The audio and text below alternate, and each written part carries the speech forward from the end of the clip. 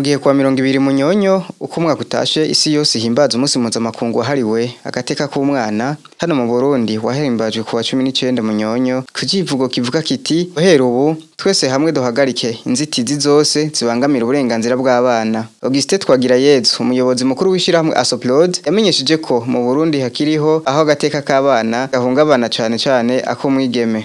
Mu Burundi inzitizi ziracari nyinshi cane gose, ariko urugamba rwo kugwanira agateka no kwamizako turashima ko hari bimaze kuba, ariko inzitizi ziracari nyinshi.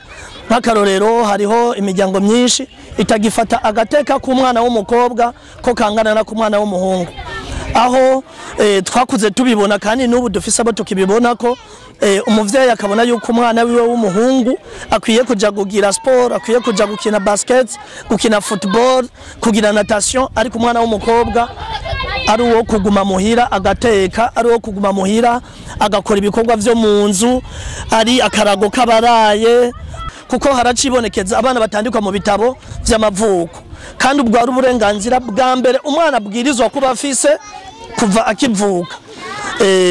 Inzitizi zindi turacabona abana bataja ku ishure, hariho hatandukanye ku mankete twakoze turabona ibice binini gose vy'abana batajanwa ku ishure, bamwe bakareka kujanwa kubera ari bimuga, abandi bakareka kujanwa kuko ari abakobwa, abandi bakareka kujanwa eka mbere bisunge ibintu vyinshi kugira umwana ntaje ku ishure.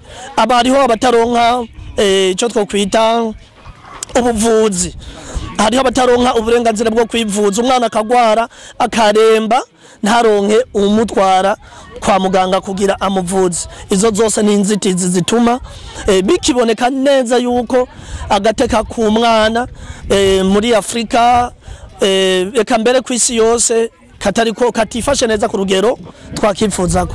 Kugabanya ubwa mbere amabi akorerwa abana, iryo ryari hangiro rya mbere, kandi risanzwe riri no mu mahangiro dusanzwe dukorera ko mu buzima bwa misi yose. Ubwa kabiri, ihangiro rigira kabiri ryari ryuko abana benshi bashoboka, kuko bose coco intambamye twababwiye ko inzitizi zihari, ariko benshi bashoboka bashobora kumenya amategeko abagenga, ku buryo bamwe bamaze kwisununura tunababwira mu gihe agateka kabo gahonyanzwe aho bashobora kwitura kugira babatunganirize. Bagirayezu menyesheje ko wipfuza kubaka Burundi bwejo ahera kurera abana kuko ari bo bavamwo abategetsi batandukanye. Impanuro abavyeyi tubahaye nuko ubwa mbere bwobwo umuntu yipfuza kubaka Burundi bwejo atangurira kurera abana. Abana ni nka ico twokwita pepiniere, nibo bavamwo baja kuba abashikiranganje, nibo bavamwo baja kuba baburamatari, nibo bavamwo baja kuba guserukira inzego nyinshi z'igihugu. Mu gihe dufise abana bakiri bato babayeho mu buzima bubi, turariska kuzogira abadirecteur general babayeho nabi muri kahise, urumva ingaruka mbingere zica zikurikira. Hakurikira za ntwaro zo kwama zikurana ubukunguvu, hagakurikira za ntwaro z'igibiturire, hagakurikira za ntwaro zifungira abantu busa, hagakurikira n'ibindi, kuko pepiniere iba risanzwe yarateguwe nabi. Kubw'ivyo leta turayishima ko yashize ingufu nyinshi cyane mu kugwanira agateka kazina muntu, badasize inyuma ak'umwana, kuko ariho vyose bishinze imizi.